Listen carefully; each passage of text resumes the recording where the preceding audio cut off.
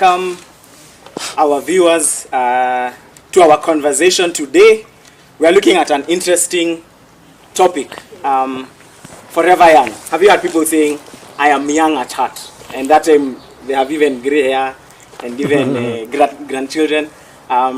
It's this thing, we want to always be young because the youth years are years of being vibrant and being energetic and excited about life, about dreams and desires. That's what it means to be young. But we want to just here to consider this topic of the youth years and what that means for us. And today I'm joined by a few friends of mine. Paul serves as a youth coordinator at PCA Bahati, Matthias Parish, and I have Gladwell, who serves at PCA Kirigiti, and Samuel, who serves at PCA Banana, Happy Valley Parish. So karibuni sana, my friends. Thank you. And, thank you. You know, maybe before we begin this, I know you are not a youth coordinator, Paul, surely, all these years. Sure. What were your teenage and campus years like? Well, I think I can account more on my campus life. I don't recall much of my teenage years, but it was, I would say it was normal. Just as a teenager, dealing with hormonal issues and all that, I would say not much difference. I mean, there is no spirituality in emotions and in growth. Mm. Yes. So were there girls you used to eye those days? Of course. Yeah. And I'm seeing Sam is very excited. So yeah, unatekelea Paul sana. But I was not active. Yeah. I think I was naive. Yeah. Per se. Yeah. But kusumbuliwa ilikuwa lazima, kusumbuana. It was part of life. Kusumbua lakini kusumbuana. Paul is doing his cards well. But maybe to hear from Glado and maybe Sam, any memorable moments from those years for you guys? I guess for us, because of memorable moments, maybe to go back to one in high school during my teenage years. Well, I was known to be this good girl who does good things. But then I remember one day, it was actually just a few weeks to our exams. So we were not supposed to go home for half term. Mm-hmm. Our parents were to come to school. And we were allowed to let our grabo, provided we finished before everyone else comes back. So as Form 4s na sini wajanja, tukasema, so that time is when you would call and ask for, a whole list of shopping. And I remember, so we didn't finish. So walimu wakatu find out. And so there was a search. And so every teacher was so surprised. Yani Gladwell, umeficha yogurt, biscuit, juice, nini. Yani box yako imejaa tu grab. I remember that day nilichapwa. Ile serious. Yeah. And that is one time I'll never forget. And in campus sahau nilianuliwa nguo zote kwa hanging line. Yeah. What? Yeah, I was left with the only clothes. Alikuwa amevaa. Sam na wewe je? How was it for you? Well, I think nikiangalia back in high school, I think there was a lot of foolishness and naivety, as Paul said. But I think one of the memorable minikingia when I was getting into high school, I remember my mom focused so much on preventing his son asingie kwa madawa. So there was a book, there's a certain book nilinunuliwa, but I don't remember the name. So I think nikiingia high school nilikuwa naitwa Pastor Sam. So Form 1, Form 2, and then so walikuwa wameweka our entertainment ilikuanga saa 2. So saa 2 kulikuwa gana CU na entertainment. So Form 1, Form 2 I didn't struggle, but nashanga mbona wale wase wanajibamba hivyo, huku tumeuma ndimu ni kuomba ni kufanya nini. And then I think kulikuwa na change, so there was a total change from Pastor Sam Sasa ni sasa manze, sasa ni MC bana.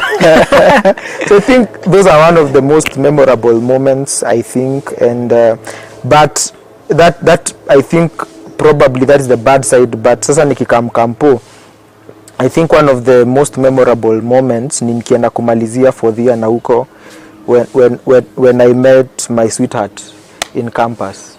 Yes. Campus watu walikuwa na by the way for the purpose of our video, housemates we pay rent together. Those kind of things. Yes. So ilikuwa tuwezi sema ilikuwa mwingine. Sawa. Yeah. So that's a memorable. Yeah. It will be here. Maybe we should get another interview kusikia that story. Kama ilikuwa tu masomo. How did this from just going to the university to being housed to paying rent together? What will you say something? Yes, I think I have a memorable, something that I will never forget, that really helped me in a way to jumpstart my life. Because I remember when I got into campus, I mean, I still held issues with self-esteem. But there was a spark in me, because I remember when I was in high school, I was still doing the wildlife clubs and all that. So when I got to campus, there was an opportunity. Actually went to Presbyterian University. It was kind of cold, you know, there were no activities, and I approached Kenya Wildlife Clubs and asked them, is it possible to register a club in a campus? And they said yes. So, and I think from there it really helped me to build on my leadership skills, and one thing led to the other for myself. Because of the activities, I think I was in a better position now to start campaigning for, you know, other positions. Yes, and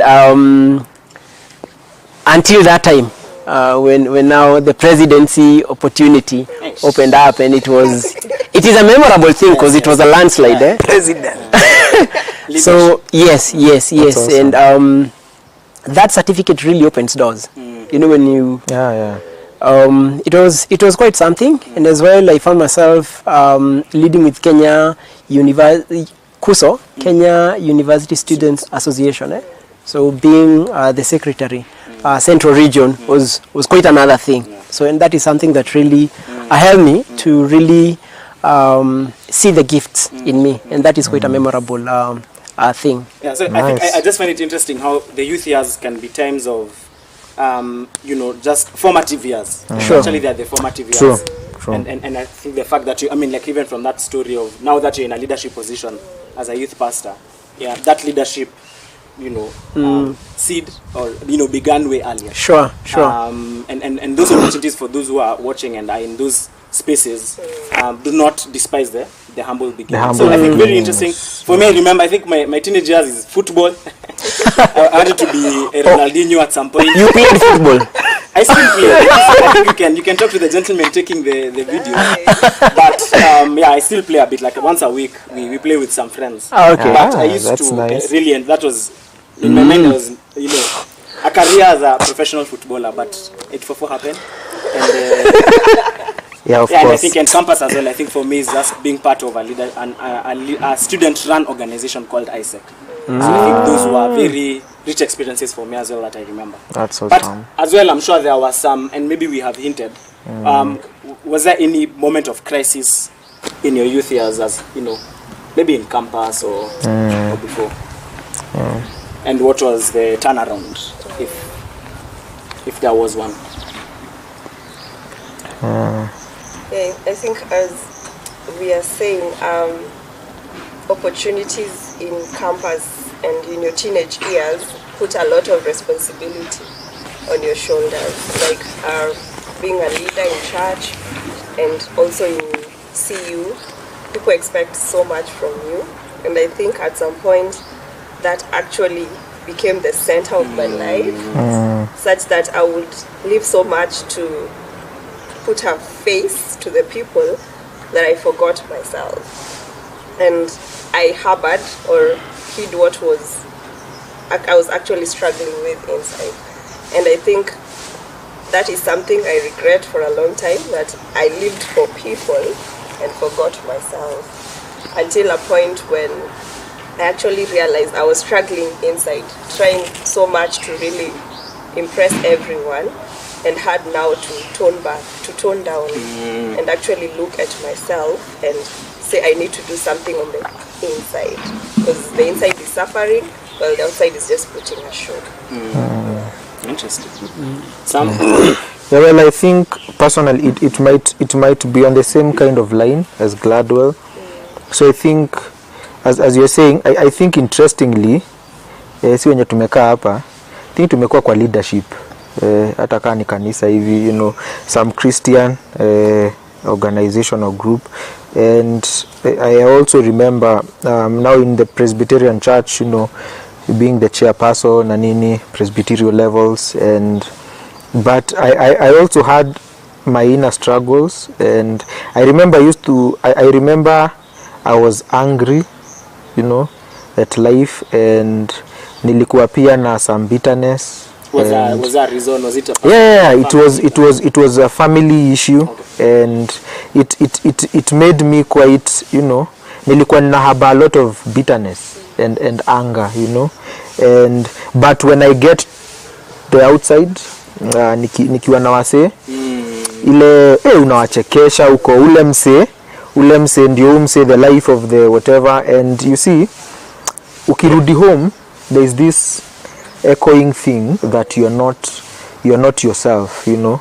But I think as I grew, nikiendelea tu pole, I think I also had to sit down and like, this is not the life that I want to live. And since by the mimi hata nikiwa high school na nini, by then nilikuwa na desire familia from quite a long time, yeah. And I was like, this is not the kind of man that I want to you know, to be to my wife or, you know, the people around me. And so I had to make a decision, but of course now that was influenced now on my backing of faith, and you know, it played a great role in me, like trying to, you know, to come out of all that. Yeah. Wow. I kind of relate with Gladwell, whereby, you know, the aspect of self-forgetfulness. Well, I joined campus, that is theology studies, as a teenager, and there was so much pressure in the sense that you study. I was expected to play in between, in the sense that I'm relating with the young people because we led other courses in the same institution. But 90% of your time is in class with very old people, and you know, an age of crisis, you still naive and all, so many responsibilities in leadership and all that. I had you mention Isaac, and I was head called PUNEC, and we would meet at KYC and Kenya Youth Climate Network. You know, it was very difficult in the sense that in inner struggles, but at the same time you have to play this guy, you know, you're a theologian, you have to make sure that you keep a good name and all that. And at times you forget yourself. And I really regret, because actually I was sharing with them the other day that if I really concentrated on myself and took advantage of the opportunities that I had, I'd be far from where I am right now. I was saying that I think by 2014, 2015, I should have graduated with my master's. You see, those are many years back. And right now, because I had those opportunities, and I should be clearing, or should have cleared with my PhD, and the idea was, there was so much pressure that I gave in. I mean, you know, pleasing people, you expected to do this and that, and then afika mahali manzi unajisahau mwenyewe. Yes.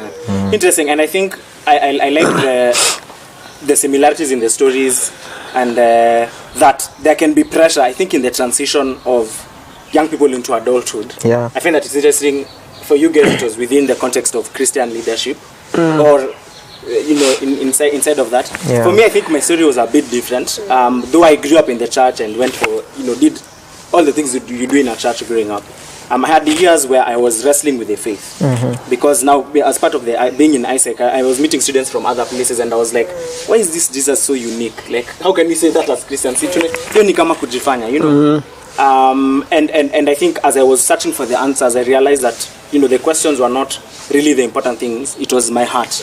I think my heart was hard. And though I was calling myself a Christian, in truth, my lifestyle wasn't painting that picture. And it took me till after campus, just that conviction of, you know, my life does not look like what I claim it to be like. True. And then for me, it was an encounter with Christ that really transformed my youth years. Of course, there's some things like leadership that are still ongoing, but I think in very many ways, I think Christ has helped me to see life differently. And I know maybe we could even deepen that conversation there in terms of the transition, because whether you're in a Christian space, quote unquote, or in an unchristian space, I think what you are saying is, in that transition of youth into adulthood, there are questions of you know, self-esteem, there are questions of identity, that these are things we are trying to wrestle with.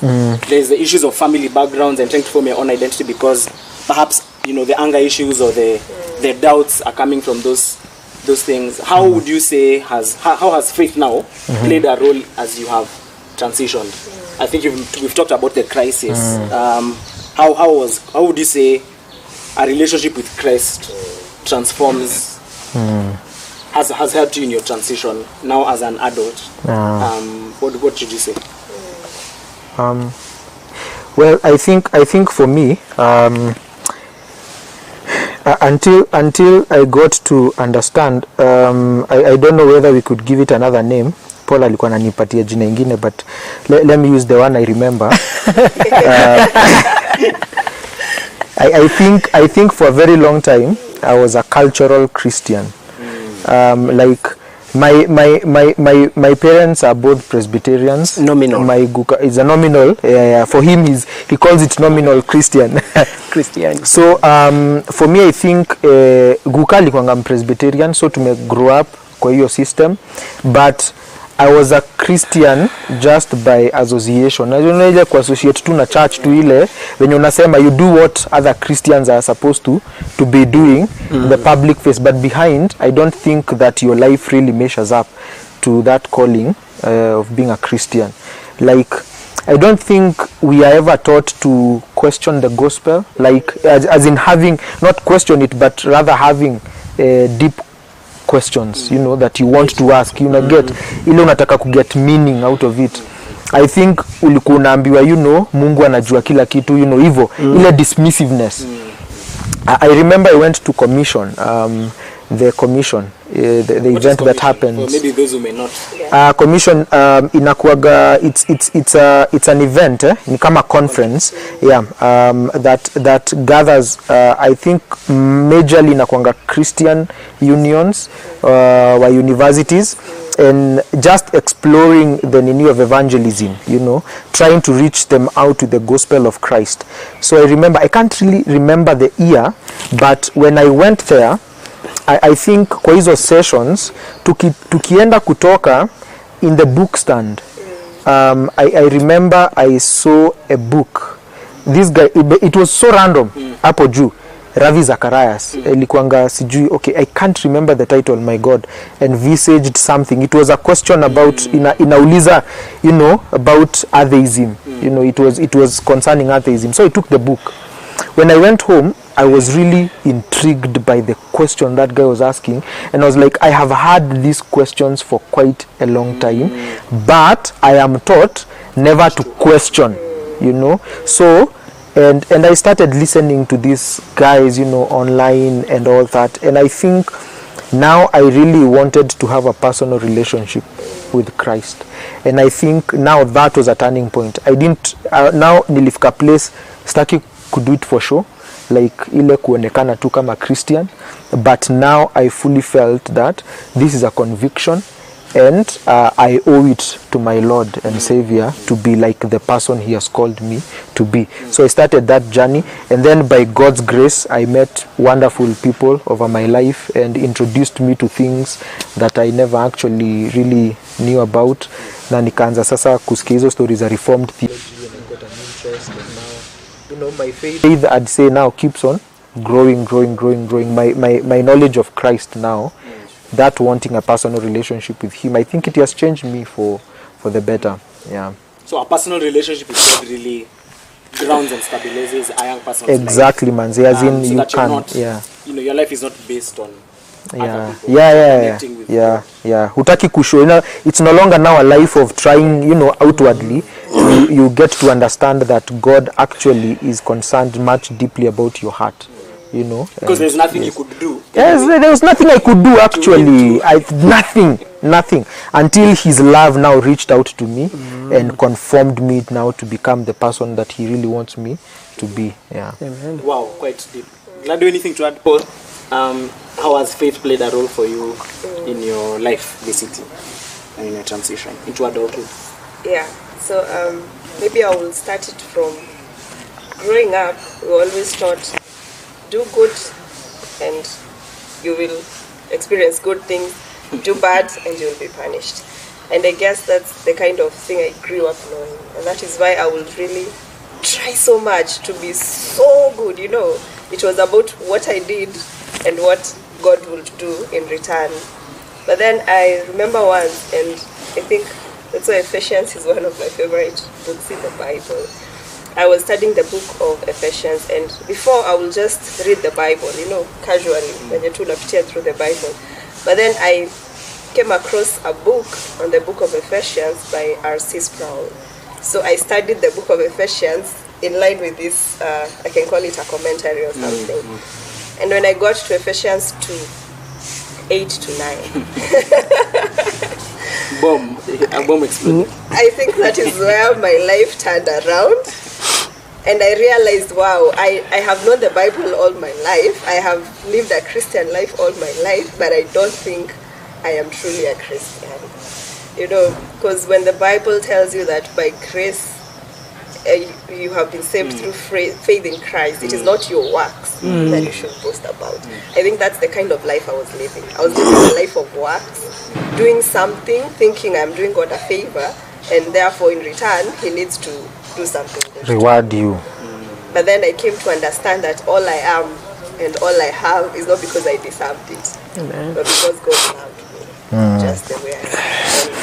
And that's why it made sense even to be a Christian. That by grace, that God loved me just the way I was, and by His mercies revealed to me this precious gift that I can talk about today. Powerful. Wow.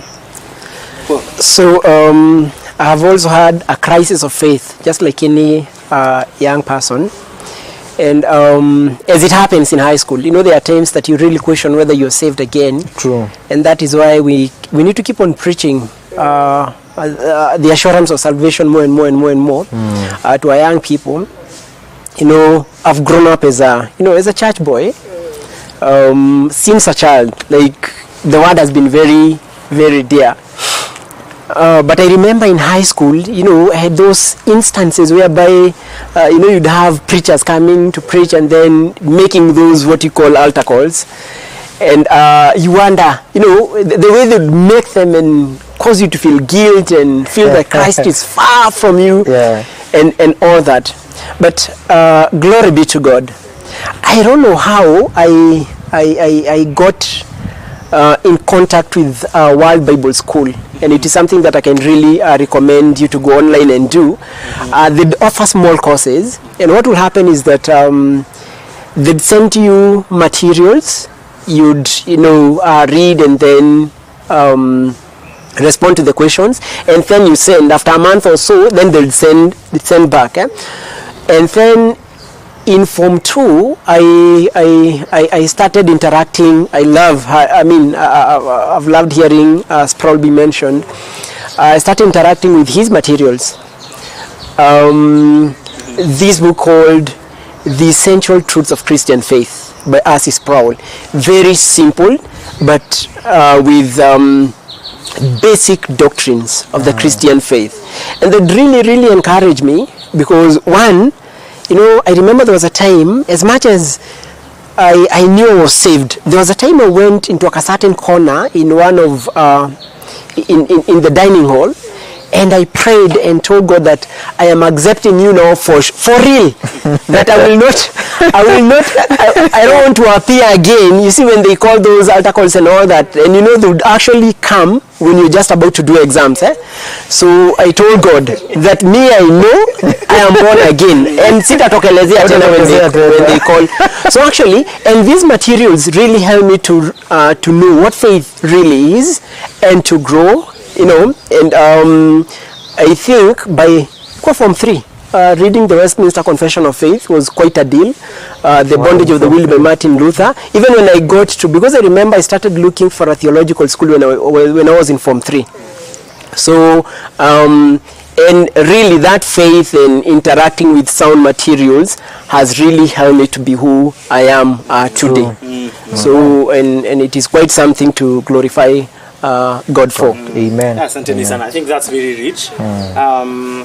I think before we get to the parting shot, I mean, now you guys, that language sounds very nice, especially for me as a young person who's in a church setting or has grown up in the Christian faith. Let's be real. Right now, there are young people, I think we've seen, even during the time of Corona, you know, people are going with their cars to Ngong Hills, to Naskia, Kuna, Kiambu, that side. I mean, people, imagine in a time where we should be isolating, people, that's a time for partying, right? And just engaging in this, you know, pursuing pleasure. Yep. So it is. What would you have to say to those young people who are in this other world? Maybe they think this Christian thing is for the fools and it doesn't make sense. Let's live YOLO. I think we used to say YOLO. Let's YOLO. Because we don't know about tomorrow. We don't know when Corona will end. Hata kama vaccine ikikuja, it may take 2 years. That's a long time. True, bana. Wacha to YOLO. What would be your maybe 1 or 2 remarks? I think for me, one thing that actually every human, I think there is no human on earth who likes to live a life of suffering. Like, we are always in the pursuit of, you know, things that would make us happy in life. And so the pursuit of pleasure seems to be really the only thing that would actually free us, you know, into this now life of, you know, joyful living and all kind of that. And I think it is also coupled by, you know, I think the world per se, there's a lot of meaninglessness in life, you know, like, you know, people would ask, you know, what is the purpose of life, you know. So just you live today, because you'd never know about tomorrow. So when I think when a heart's pursuit is ultimately pleasure at every cost, you know, when that is the thing, at the end of the road there is a lot of regret and a lot of void left unsatisfied by the very things you thought that will bring you pleasure. The question would be for me, I mean, how much alcohol do you need to be intoxicated with for you to really say that you had a good time? How much money do you really need to have in the bank to say that, you know, this is the ultimate form of pleasure, that I can fly out whenever I want, that I can do all these things? And I think the funny thing is tunaangaliaga wase masong kwenye tunasema tunataka kuwa kama wao, but in real sense when we look at them, they are really living empty lives, you know. Like when you have everything, when you have all that you think that would give you pleasure, but at the end it disappoints because it ultimately never gives you the pleasure. I think there is a void in the human heart that actually yearns for joy and peace and all those good things, but it can never be fulfilled by worldly things. That is, it never does, you know, because life is full of disappointments. Leo utapanga hivi and then kesho it never turns out to be. So rather than, you know, now that finding satisfaction in that, you know, you end up destroying yourself over and over and over and over. And I think quite unfortunately is that most of the young people tukifika pale, you know, when now tunasema msee ameingia into adulthood and something like that, when you look back at your life unaangalia unashindwa by then nilikuwa na do nini, you know, and there is that kind of baggage and loneliness, and I think at that particular point it is only Christ who can be able to satisfy all our deepest desires and pleasures at the end of it all. We can try so many different things, and over and across all generations and every person amepursuit, amejaribu. What makes you think that you're going to be different? Solomon says in Ecclesiastes chapter 2, as in Ali, he says that he bought himself all the slaves he could. He had the greatest number of flocks, and like more than any person in Jerusalem. He built himself wonderful castles, vineyards he planted, but at the end of it all, he says that they were vanity upon vanities. But interestingly, kuna nini anakoga ameweka hapo, anasema while he was still doing all this, there was a voice of wisdom still within me. That is the voice of God. It is a transcendent voice. Now when you block that transcendent voice as you're pursuing pleasure, the very voice of God actually directing you to what is right, now you end up into a life of destruction, a life of devoidness, you know. But when you listen to that very voice of God, it guides you to the ultimate pursuit of pleasure, which is Christ. Yeah. And actually, what the things of the world seems to give you pleasure, but we can only term it as temporary pleasure, because it's not long-lived, it is only short-lived. For example, if you drink, you'll be happy your time because already you're intoxicated and you feel like life is good. But when you're sober, then everything that was happening around you haija change, imebaki tu venye iko. But like he has said, being in Christ, beyond the happiness, you have something that is called joy. And joy is not determined by situations. It is something that is a gift, is a fruit of the Holy Spirit. So it is only given by the Holy Spirit himself.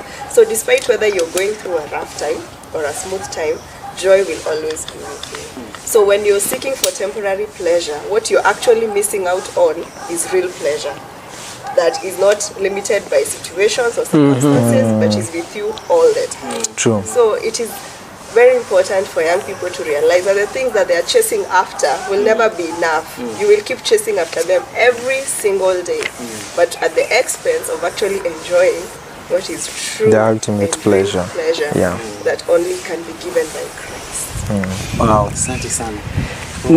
Now, YOLO hashtag YOLO nitaijibu in 3 kwa njia 3. Address 3 audiences here: the church, the parent, and the young person. One, for the church, we can never give up to pray for the young people. True. And for the parent, don't give up. Preach to them. Keep on correcting them. Keep on planting that seed of truth. And it's never in vain. One day it will shoot and it will grow. True. Now, to the young man, I want to respond through scripture. Do you mind if I can use your phone? Oh, yes. I love the New Living Translation actually brings it more clearer. It says that young man.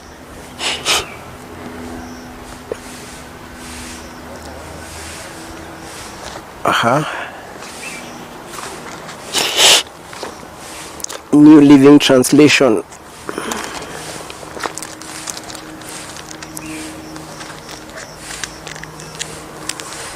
Ecclesiastes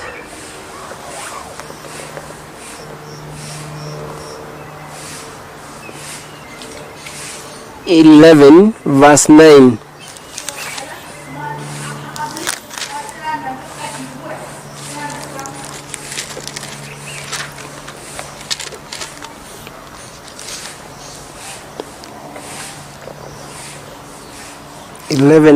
Sorry for taking all that time. This is how it reads. I love the way, how direct it is. It says that young people, it is wonderful to be young. Enjoy every minute of it. Do everything you want to do. Take it all in. But remember that you must give an account to God for everything that you do.